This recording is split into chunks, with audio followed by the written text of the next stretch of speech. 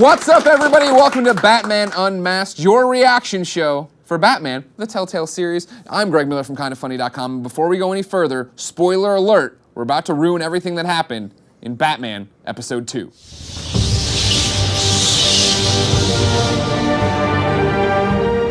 This is James, the writer of the episode. How are you, James? I'm very well, thank you. Thank How you. are you doing? I'm really screwed up after this planned episode. We're going to talk about what you did to me. Over here, John, the director of the episode. How are you? Good. You excited? I'm very You excited. looking forward to the show? Uh-huh. You live wire? I'll let you be the judge. All right, that's what I hear. And this is Travis. Travis is Harvey Dent. Yeah. No big deal. No bigs. No big whoop. Yeah. No big whoop.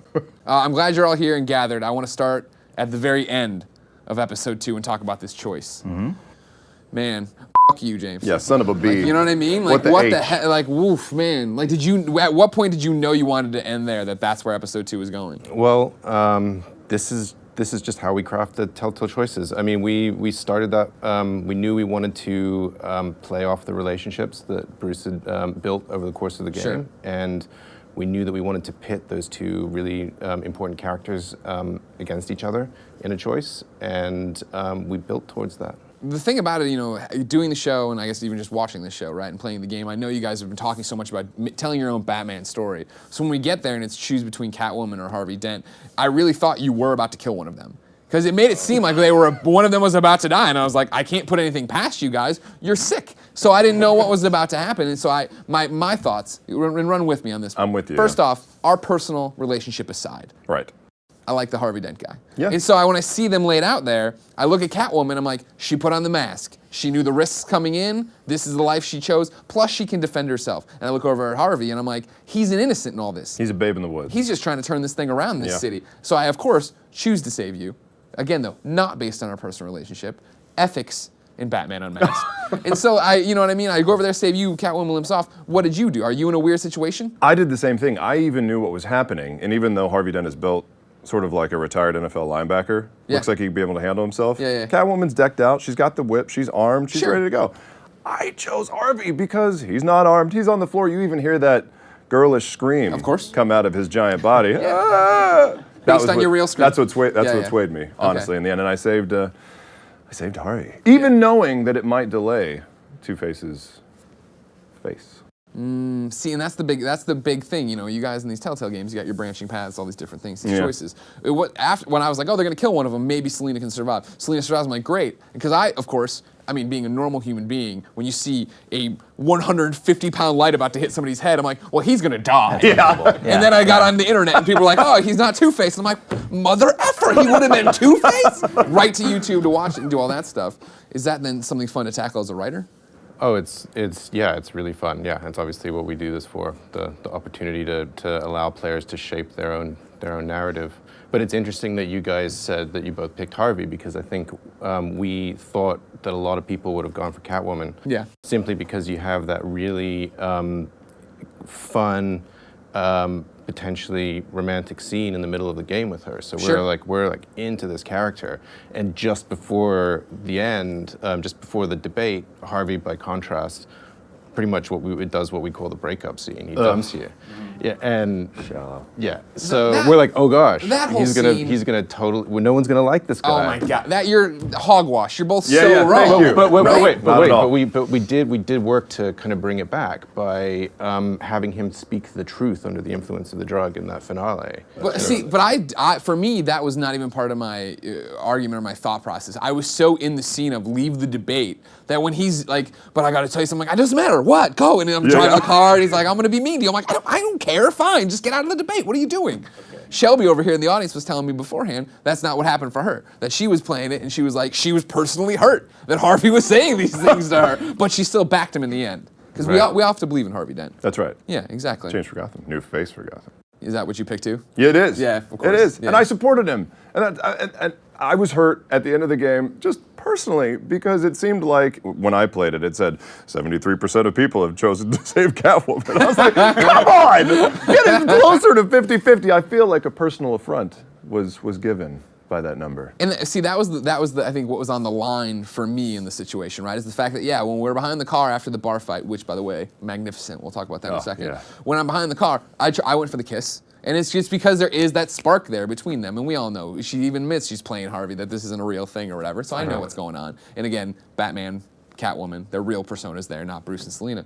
I was like, okay, that's what I'm gonna go for. So then when it was, I was like, I'm probably gonna screw up this relationship, but I think in episode 3, if given the chance, I can make her understand. You know what I mean? Like, I'll woo her in the next one. yeah, well, it's just I'll like win her she's over. gonna get it. She knew what was going on. It was just a gunshot. I mean, yeah, exactly. What's What a are you gunshot crying between? about? You Yeah. limped away. Left Well, a no blood trail. spoilers, but you may get a chance. Oh, well, I know, because that was the thing I noticed too with the, next time on Batman. Like when I went on there or whatever, I'm was available. good, I'm man. coming for your jobs. Look I out. feel it. I Don't felt the worry. gravitas. I'm Harvey Dent.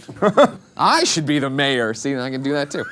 But that was the thing, yeah. But I think what was fascinating for me as a fan of both Batman and Telltale is that episode 2 was when you guys really got to make it your own. Episode 1 was great. You were setting up what's happening. You're setting up who this Harvey Dent is. But episode 2 was where the changes start happening. You start to make your own canon. Like, as a writer, James, was that from the onset that you knew that episode 1's gonna be a lot of establishing stuff and then we get to play with it? Absolutely. I mean, I think episode 1 did an absolutely fantastic job across the board, and part of that was in seeding the exact amount, the right amount of Wayne corruption and the kind of planting the seeds of something that could potentially be a revision to the canon. Sure. But I think a lot of people thought we were going to pull back from Yep. that. And I think when we started episode 2, we were really determined that we were going to go all the way. The whole team was like, we're not going to half-ass this. We're going to go all the way in. And we start that straight off the bat with Falcone getting shot. Like immediately it says like, okay, it's an explosive narrative moment, and it immediately says we're not in a Batman world that is familiar to a lot of people. Well, sure, even establishing like Renee Montoya, I was like, oh, okay, someone else I can trust in the Force. Right. And then she blows him away. I Right, was like, exactly. huh, not where I thought that was gonna Yeah. go. Didn't expect it to go that way, right? Absolutely. But then, yeah, I mean, to his point, when you guys end episode 1, I am like,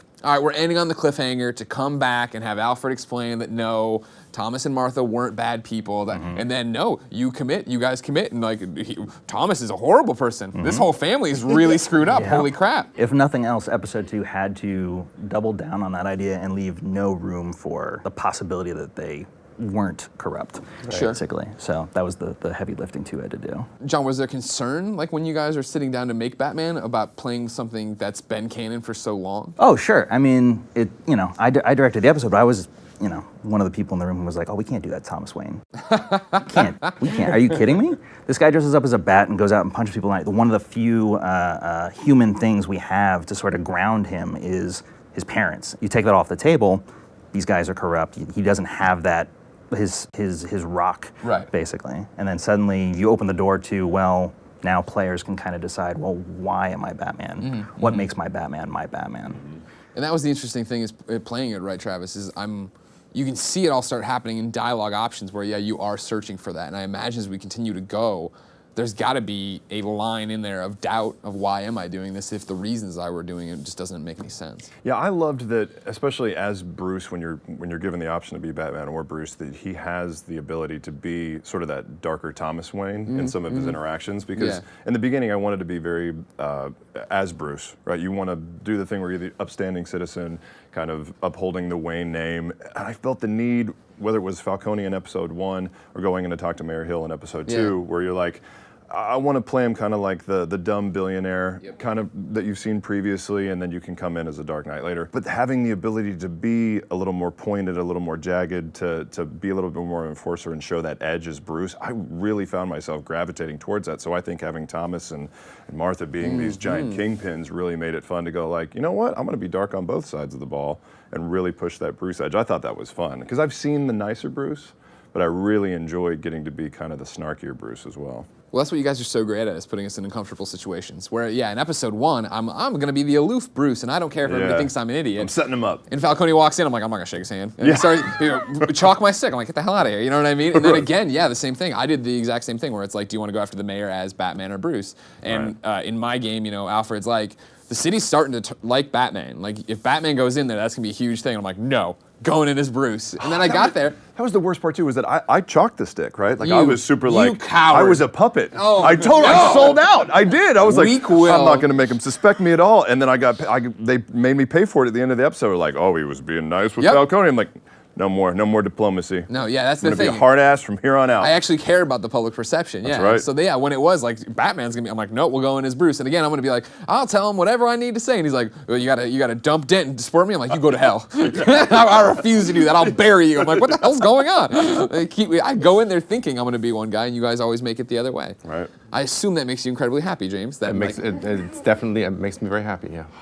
That was, I think, what I liked about episode 2 is talking to people who've played it. We all had options to go different way. Granted, you and I did the same thing. We did. My girl Shelby and I did the same thing in the end. Shelby. You know what I mean? Whatever. But like the fact that, yeah, you could swoop in as Batman and do that. You could have this drastically different choice choosing the players. I like that we're finally starting to explore that. And I'm excited for what that means for episode 3 and everything else that far ahead. Can I also say that I love that if you choose to try and butter up Falcone, or if you try to choose to butter up Hill, right? You say, I'm going to stop supporting Dent.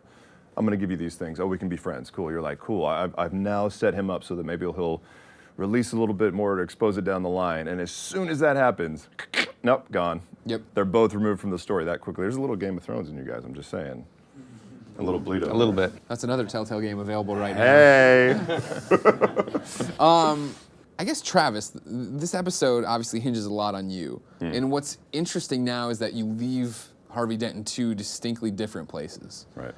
How do you wrap your head around that as an actor moving forward? It's one of the things that I've really enjoyed about this Harvey Dent the most. Harvey really is that altruistic politician, right? He really wants to do things in an honest way. He wants to see Gotham see better days. And so with that as a starting point, that was good for me. To see him be taken advantage of, to fall victim to sort of the machinations of these larger powers, it was important that we had a conversation about where does possibly this other side come from? Where does Two-Face even begin? Is it a loss of a loved one? Is it an insecurity? Does he have an anger issue that we've seen before? So in this way, you see that his best efforts are not enough, and that his inability to cope with these situations as that politician needs something extra, and he sort of manifests that in this other personality. And it was just a trip to see in the script sort of either a fast, steep slide into sort of that darker persona, or one that's more gradual. Yeah. And that just barely shows that it might get there, or maybe it won't. To see that on the page as an actor, you find yourself kind of giggling in the booth a little bit, because you want to go to that dark place, right?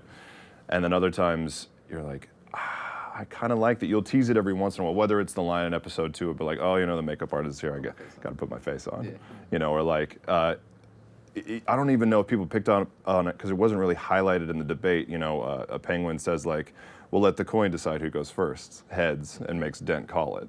And so those sort of things that are just little peaks are always like my little fanboy going like, Yeah. Those are important for us too. Yeah. We see the forums and we see the people who pick that stuff up. And Yeah. Yeah, they got that. Well, that's the thing. Because it was intentional. yeah. I feel like you guys and I'm a Telltale fan, obviously. With this Batman one, it's one of the ones that is encouraging me to replay the most. Whether it be the fact that there isn't the rewind to jump back and just play with choices, which sucks hurts. when in the minute you want to just know what the other one would have been. hurts my right? body. But Yeah. you make those choices, and like for Walking Dead, it was always I'm making those choices and living with them. I always felt right because Clem is my Clem, Lee was my Lee. Whereas Batman is Batman, and so like I feel like there are two very different Batmans in the game if you want there to be, right? There is the one that I'm trying to be, which is very much like gray suit, blue cowl, like what's up, chum? Like I'm not gonna break your arm, don't worry. And then there's the other one, I'm gonna hit you in the face with this frickin' stick and then break your arm and ask all these questions.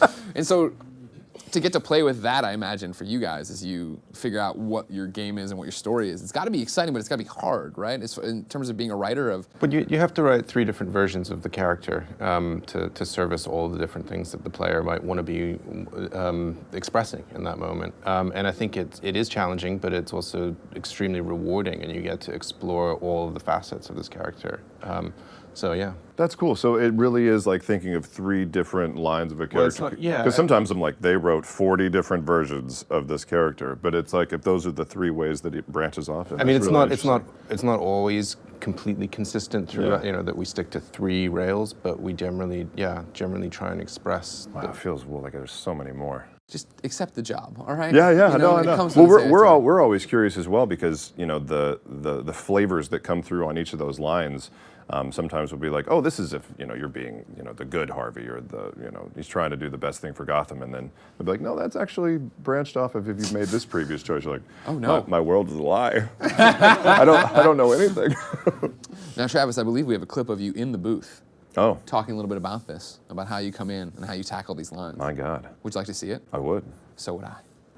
Harvey Dent, starting middle linebacker for the Gotham Knights. He is such a monster. He's got the biggest shoulders and Greek chin I've ever seen. Obviously based off of me in real life, Adonis. Like this.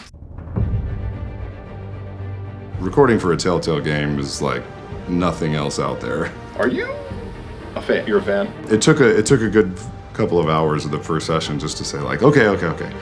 Read the prompt right before it, and then you'll be able to come in and that'll reference where you are. So that's why takes are so great, because you can get one that's super passionate and heightened, and you can bring it back and do it subtle. And I'm sorry. God damn it! That sounded like God damn it. Damn it! And when you're there and you have the ability to throw the ball back and forth with another actor in the room, it just always makes for a more natural, subtle, believable performance. It takes away having to imagine what their read is going to be. It takes away, having to have that secondary voice, which shouldn't be strange for Harvey. And you get to see their face, you get to see the delivery that they're doing, and it influences your own read as it's happening. You need some help back there? Or... No, I'm fine. A little late to be worried about me, isn't it? You really want to cheer for Harvey. You see sort of the tragic tale of a politician who's trying to do good for the city, is trying to do it by the proper means, and despite his best efforts, he's still going to get caught up in the tidal wave of the corruption of Gotham, and it smashes over him, and that should be just as heartbreaking for the fans as it is for Harvey himself. Please. I don't want to be alone, Bruce. Oh, God. Please not with him. Oh, jeez. My favorite thing about it in there is like you're giving that emotional scene at the end, and then you're like moving the iPad. So detached. Yeah. So like, fake. crying. Oh, I gotta do this. John, for you guys, what do the actors bring to the table? Like, I figure you guys have been working on the game quietly forever, it seems, and then you finally get to this point where now you not only do you have the voice actors cast, you have reference material, and they're able to work with the characters. The performances are all completely tailored to what we get back from the vocal performance. So the way we build our games lets us kind of on the fly pretty quickly dial in a performance for a character and whatnot. And the voice leads us to do things like suggest certain, staging changes, blocking changes, moving around the scene. The physical performance is usually informed entirely by the vocal, aside from we know Harvey's gonna get his face smashed here. We know that has to happen. But as far as how Harvey has that conversation with Bruce or Selena and whatnot, it's all generated by the voice. What I liked, I think, the most about episode 2, I think might come, and you can correct me if I'm wrong, from the director's stance, in the way that I felt like, not to say that episode 1 was standard fare or boring or anything like that, but the fact of when I am Batman and I am moving across the catwalk looking down at Penguin holding people hostage, or that fight scene, I felt like there was things that were different, that you were, again, making it your own. I mean, was that something coming into it you felt you had to do? Yes and no. I mean, I'm a Batman fan from, the time I was 10. I still have my animated series poster on my wall in my apartment. So just the opportunity to get to say we're going to put the camera here on Batman as he stalks towards the Penguin and Harvey Dent on stage is just mind-blowing.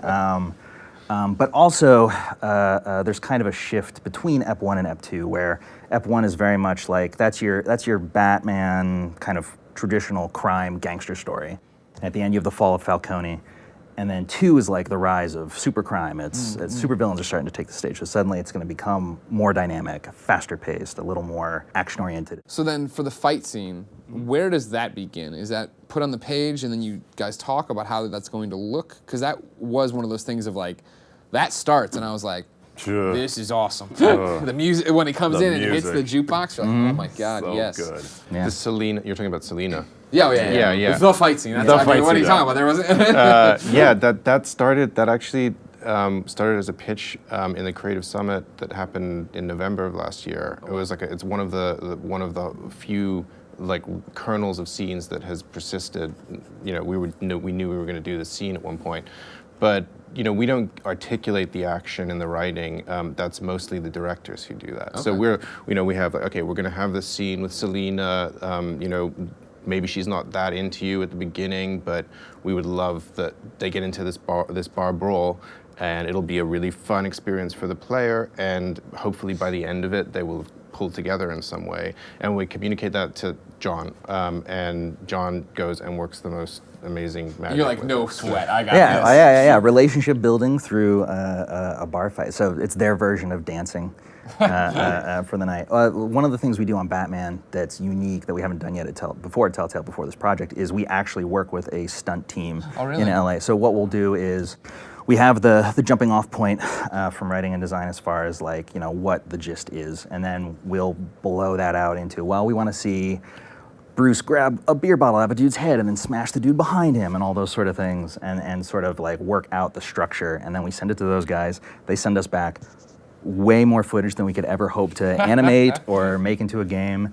And we take the best stuff, and then that's how we wound up with that bar fight. Amazing. Right. That is the coolest use of a stunt team ever. Yeah. All right, so guys, we've talked a little bit about it, but let's get into the weeds on it. So the kiss, Bruce kissing Selena, or trying to, as I did, as you did. I did. As probably, I think it was like 90% of you in the stats did. Yeah. When you're writing it, how do you sit down and think about this as a love triangle, right? Because there is a moment in my conversation with Selena where she's like, Harvey's not a real thing, but he is to Bruce, so how do you make that all play?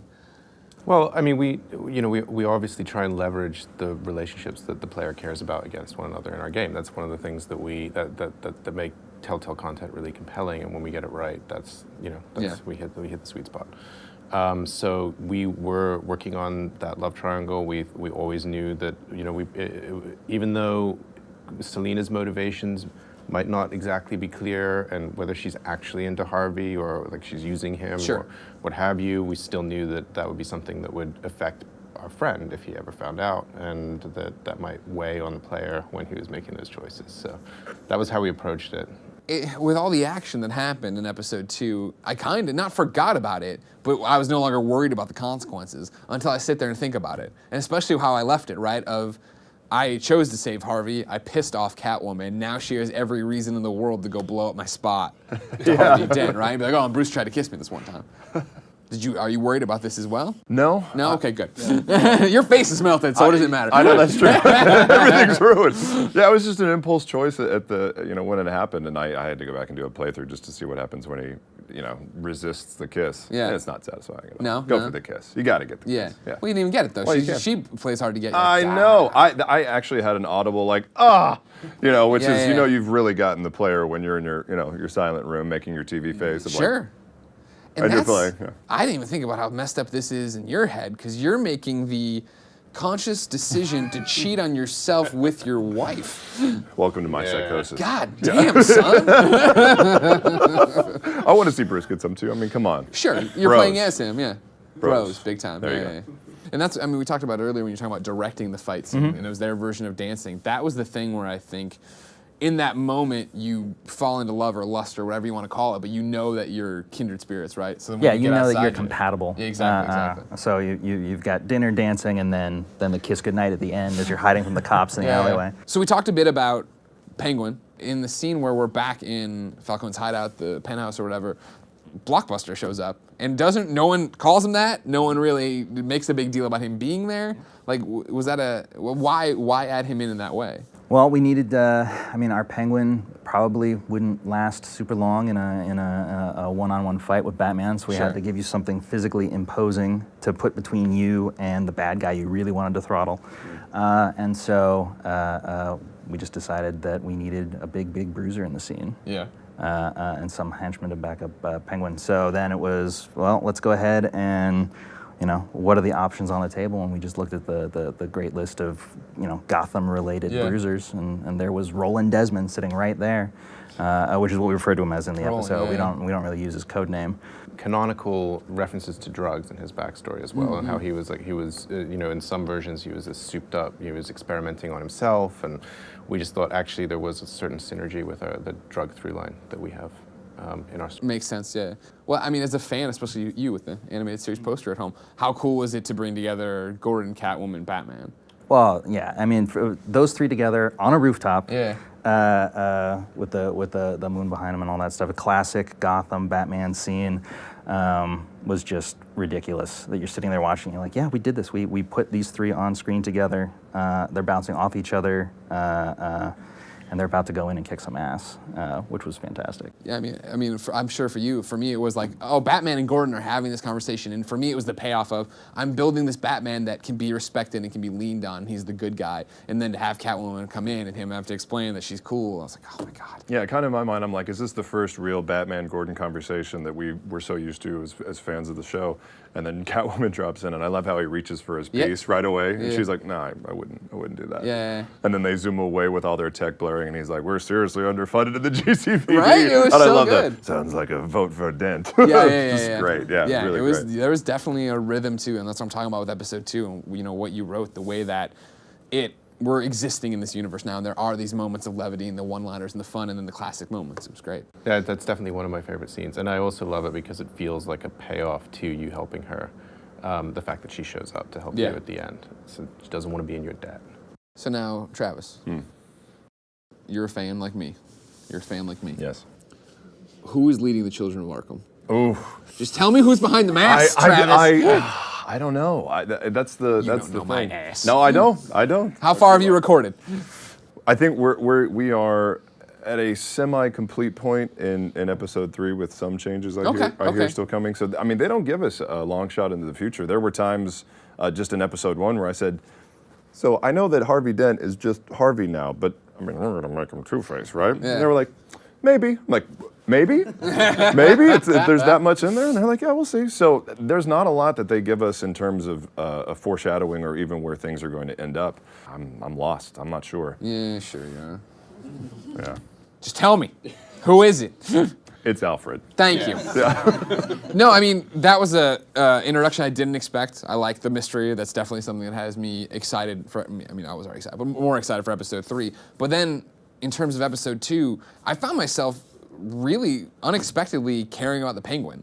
Of being like, I get where he's coming from. Like, yeah, this sucks, and I would be mad at Gotham and the Wayne family stealing as well. the wealth, stealing the land, stealing your entire birthright, that whole right. thing. Oh, yeah, like, and I mean, then, like, having it on camera, your mom getting totally screwed up. You're like, yeah. okay, yeah. That's gonna do it any day. Yeah. Maybe I won't kill these. I'm gonna kill him. Yeah, I'm gonna kill him. Nah, they gotta die. Yeah, No, they gotta die.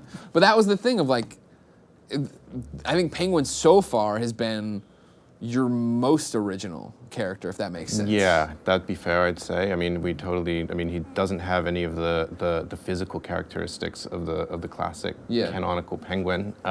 We wanted to create a complicated antagonist. We wanted for people to, we wanted his motives to be clear and relatable and understandable, even as he was doing horrible things. And I think we've reached that to a degree, or at least for you. For me, yeah. You did it. Travis, you there? I'm the same place. All right, cool. Yeah.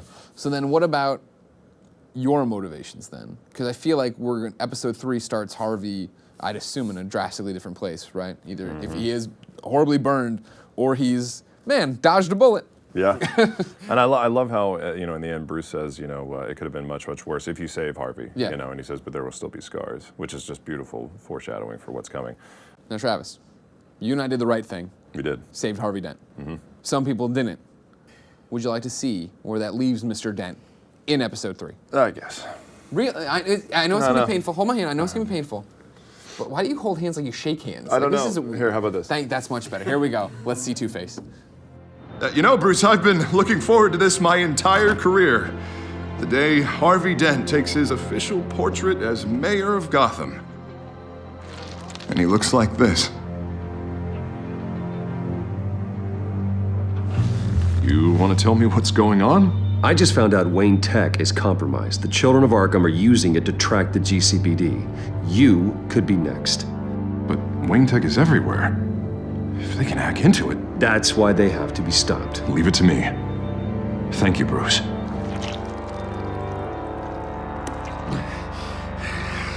Damn it! Those children of Arkham jumped me. I heard Batman showed up to help. Yeah, too late.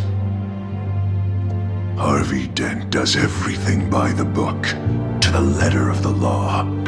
But that isn't working. Sure it is. He's turning things around. Barely. Slowly. I'd like to see you do better. Watch me. You're acting strange, Harvey. This whole city's acting strange. I am going to sell you out in a second. Okay. I'm going to be like, I'm going to tell everyone you're losing your mind. What are you talking about back here, the mayor? Right. How much fun is that to play? It's pretty great. Yeah? It's pretty great to see something like that as an actor. When you see two voices in the same person talking back and forth, you just kind of rub your hands together and just prepare for the ride yourself. You know, because you don't really know how it's going to go until you jump into it, because not a lot of us practice talking to two different sides of your own personality. I feel like when you talk about Harvey Dent and Two-Face, Two-Face is the one there's so much to pull from, there's so much to look into. Harvey Dent obviously all around, but always that precursor, right, to everything going wrong. For your Two-Face, do you look for inspiration from other people? I mean, of course, Troy was Two-Face in the Rocksteady Batman games. Right. Troy Batman now. Right, and in those games, he did a great job of kind of utilizing the sound that came from the original Batman, the animated series, you know, where he has this fantastic, like, lower growl. And, you know, I think, as you'll see with the character, there's not only that kind of low rage that's just waiting to boil under the surface, but also these peaks and, you know, these sharp points of anger and kind of panic that come out in a furious sort of way. I didn't want to really pay homage or do the same sort of thing that's kind of been done before. Sure. And I think, especially where, you know, Harvey's had sort of a big bad Harv type to him, this Harvey to me is not fueled by a loss of a loved one or sort of an anger problem. It's shame. You know, it's embarrassment. He's not enough as he is. And sort of this dark little voice in the back of his mind has slowly started to gain prominence and then forces his way into being equal with where Harvey is. And he's really feeling the panic of, I'm losing this, as you know, as he's moving into the mayor's office where the spotlight couldn't be any brighter. Exactly, especially when it's laying on his face. Yeah. Travis Willingham. Greg Miller. Every one of these voice actors types I meet, they got a different process. Some, you know, again, the scarves, the pretty socks. Oh, sure. They're very, you know, they're up on a pedestal. Some are normal people like yourself. The fine people at Telltale here wanted me to ask Harvey Dent / Two-Face questions and have it respond, they respond. Ooh. Are you up for that? Yeah, Can sure. you switch? Can you do that? I will try. Okay. I need to inject myself with some of that crazy serum that he gets in. Sure, episode exactly. 2, but, I'll let you, I'm gonna ask you the one question about some of the things happening in Gotham. You can respond as either character, you can switch back and forth, you can do whatever you want. Glad do I you got need a whiskey second to in get in this your cup. scene? No, it's Exactly. Cheers, come on, clinky clinks. You know what I'm saying? There you go. To you, brother. All right, let's rock it. Mr. Dent, what is your impression of the Children of Arkham? I think the Children of Arkham are a dangerous terrorist organization that's trying to upset the peace and calm that this city deserves. I think they are striving towards a goal that will not be allowed, and that the good men and women at the GCPD will strive to curtail. As the mayor of Gotham, how do you plan to curtail it? With force. A stricter hand. No more of this easy, weak policy towards these repeat offenders. We will set a new precedent, and we will not be merciful. And how does the Batman fit into this? I think the Batman he's a symbol of hope for our city. I think it's important to have a Freak like that can just do whatever he wants. Sure, does he get results? Yes. But I think that sort of leadership is something that the people of Gotham can rally behind. Does the end of Falcone mean Gotham's a safer place? Falcone was nothing. So sorry, Mr. Miller. I think so. I think it's a launch pad for a new hope for the future of this city. Thank you very much for your time. No problem.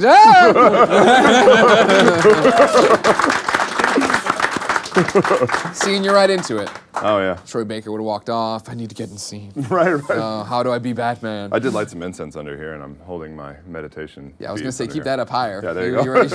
I'm holding this down low. Like, what are you doing? What are you doing?